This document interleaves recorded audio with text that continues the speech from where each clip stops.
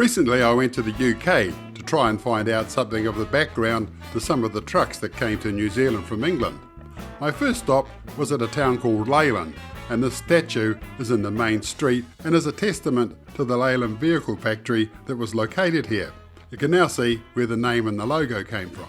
This photo of the Leyland factory was taken around about 1962, and most of the people who lived there worked in the factory, hence all the houses around the place. Inside the factory it's split up into various departments, and this photograph depicts the department making gearboxes and diffs, and there's a couple of guys putting a diff together. However, for this story I'm going to concentrate on the Vista View cab, or the one known as the LAD cab, Leyland Albion and Dodge. I've just spoken to somebody in the Leyland factory about the Leylands, and when they were building these, right up until 1960 and beyond, and this is a Leyland Octopus, by the way, they were just so flat out, they just never had time to think really. And so what happened next is they outsourced the cabs to other people, and this cab actually was built in Coventry, designed by another company. But this particular truck is quite special because it's only done 1,000 miles. That's all that's on the clock. And we'll have a look in the cab in a minute, but it's still got the little plastic over the seats and plastic, like it was brand new. And on the back is an absolutely brand spanking new spare engine for this thing.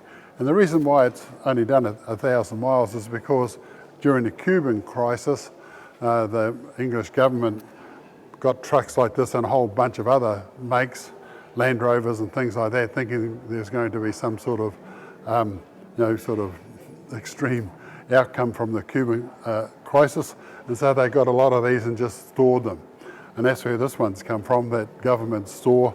It's only done 1,000 miles, and it's just like it was when they drove it in here all that time ago, absolutely in pristine, brand new, off-the-shelf condition. And they were saying that a lot of them rotted out down around here, and so they've actually overcome that with this particular model by having cast steps there. But let's have a look in this cabin and just see what brand new looks like. And you can see the panel on the wall here, just that, and the passenger seat still got its plastic on, and the little panel behind the cab, that too has got the plastic over it like it was the day it turned up. Look at that. Look, it's even got a handle to get in. Now that's a good idea. Somebody's thinking all the time, so you just swinging on that handle. But even then, it was not a hell of a lot of room in here. But isn't she gorgeous? Absolutely off the floor, pristine, 1,000 miles. That's all it's done. You even look at the pedals here, and look at that. Nowhere, anywhere at all.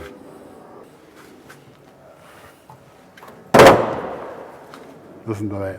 This Leyland was restored by the late Alex McClellan, and it's actually the Leyland in the next picture that belonged to Brennan's. Back in the day, a lot of operators used Leyland, Albion and Dodge as their truck of choice.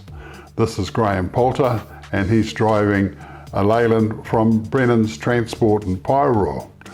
And he's just pulled up outside the old Ali Sloper's diner, or I called it the Jury Diner, where a lot of trucks pulled up and had breakfast, lunch and dinner. Graham's heading off now into the city to get rid of his load of milk powder, and there he is off down the then Southern Motorway and into Newmarket, and you can see by the look of the old cars there, the period about 1960 give or take, and he's off down to the wharf. And here's another truck. It's a Albion, it's LAD cab Albion, and he's bringing a load of logs to this particular sawmill. Our mate here's got him right on the spot. He'll jump out, and what he's going to do is a unique way of getting rid of his load. What he's going to do is pick that ring up, give it a good yank, and there goes the timber sliding down to a saw pit. A lot of people will remember the old New Zealand Express trucks grinding their way up out of the hill from their Chelsea sugar works.